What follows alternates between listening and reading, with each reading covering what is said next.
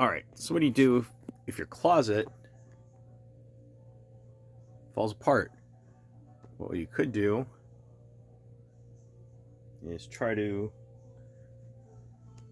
put the screws in the holes that were already there, which I did, and that doesn't seem to be a very smart thing to do because it's weakened and it falls out. So you could just get like a roller hanger thing, or I tried here was instead of putting the screws in the old holes, I put it to the side and I used 2 to double the strength. I also used longer screws than originally were, so this should more than double the strength.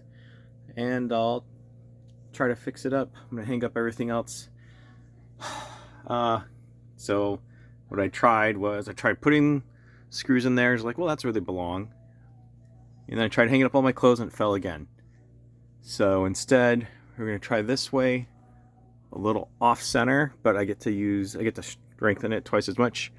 What I was gonna try was get a little offset over there too. Oops, where's my finger over there? So that way they're evenly spaced. But I thought, you know what? I can double the strength, just put them a little off center. That's it. That's the tip of the day.